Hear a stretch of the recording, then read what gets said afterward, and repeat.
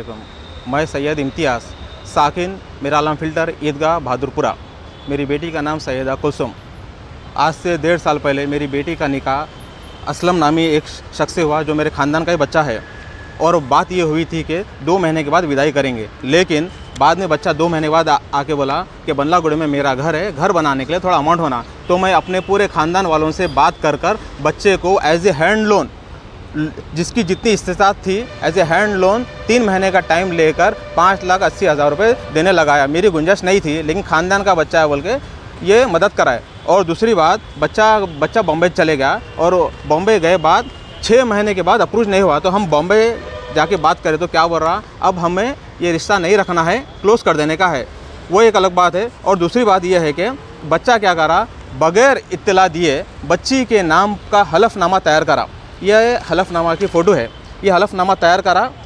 हलफनामा में लिखा हुआ है कि बच्ची अपनी तरफ से बच्चे को छोड़ना चाह रही है, जिसमें मेरे वालिदा वालिद का हाथ नहीं है। लेकिन हकीकत तो ये है कि बच्ची ना काजी साहब से मिली, ना ही काजी साहब बच्ची वालों से मिले, ना मेरे से मिले, ना किसी से मिले। और दूसरी बात, बच्चा बगैर इत्तला दिए बॉम्बे से ही बच्ची के नाम का 500 रुपये का बॉन्ड बना के लिखा। इसमें साफ साफ लिखा हुआ है कि बच्ची अपनी मर्ज़ी से मेरे को छोड़ रही, जबकि बच्चे से 2 साल की इस मुद्दत में 2 रमज़ान चले गए, 2 बकरीद चले गए, रबीउल अव्वल चले, एक बार भी बच्चा ना बच्ची से मिला, ना खैर खैरियत पूछा। और डायरेक्ट खुला ये हलफनामा नाम का पेपर इशू कर दिया। मेरा एक ही सवाल है गवर्नमेंट से, आप तमाम हजरात से, क्या किसी भी काजी को ऐसी राइट्स है कि बगैर बच्ची से बात करे या बगैर बच्ची के वालिद से बात करे, ऐसा पेपर तैयार कर सकता क्या? अगर ऐसा कर सकता तो मैं आपसे पूछ रहा हूँ, मैं भी किसी काजी को पकड़कर या किसी ऑर्डर को पकड़ के काजी की बीवी का, काजी की बेटी का, काजी की बहू का पेपर इशू कराता हूँ। उसके खिलाफ इस पर मेरे खिलाफ एक्शन होता नहीं होता।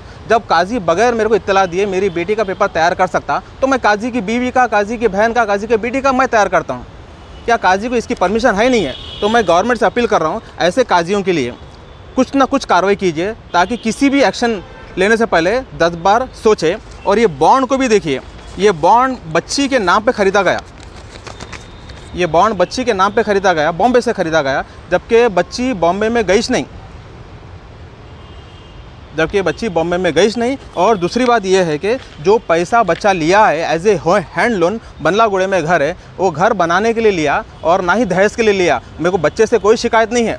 बच्चा हमारा ख़ानदान का बच्चा इंतहाई शरीफ है, लेकिन शरीफ है बोल के हम दिए। लेकिन मसला क्या, अगर बच्चे को एतराज़ है, बच्चा बिला झिझक इनकार कर सकता है। जो भी हमारा लेन देन है वो क्लियर करे, जिसमें से 2 तोले महर था, महर तो नहीं आया। हमारे 3 तोले सोना है, 5,80,000 रुपये है। बित ख़ानदान के 7 लोगों के बीच में गवाही दे के मैं बच्चे को देने लगाया।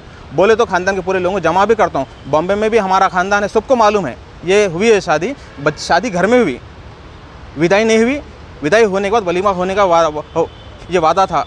अब मैं गवर्नमेंट से, वक्फ बोर्ड से, यहाँ तक कि इसकी कंप्लेंट माइनॉरिटी मिनिस्टर जनाब माइनॉरिटी चेयरमैन जनाब तारिक अंसारी के साथ भी हुई। उन्होंने भी पूरा कंप्लेंट किया है और इसकी कंप्लेंट बहादुरपुरा PS में भी है, घांसी बाज़ार PS में भी है, और अपने वक्फ बोर्ड में भी एक पिटीशन चले गया। तो मैं तमाम लोगों से इस बात की अपील करता हूँ कि ऐसे काजियों के खिलाफ़ खड़े रहिए जो बग़ैर इत्तला दिए पेपर बना रहे हैं। अब जो भी मेरे लिए मुनासिब इक़दाम, मैं गवर्नमेंट से अपील करता हूँ कि मेरे को इंसाफ चाहिए और मेरे को मेरा अमाउंट चाहिए। अगर बच्चा छोड़ना चाहते हो तो मेरे को एतराज़ नहीं है, लेकिन जो भी रूबरू आके बात करो। और बच्चा बॉम्बे में है, बच्चे के पूरे फ़ोन बंद करके बच्चा बैठा हुआ है। और बच्चे का एड्रेस लीजिए, गोरेगांव वेस्ट, भगत सिंह नगर।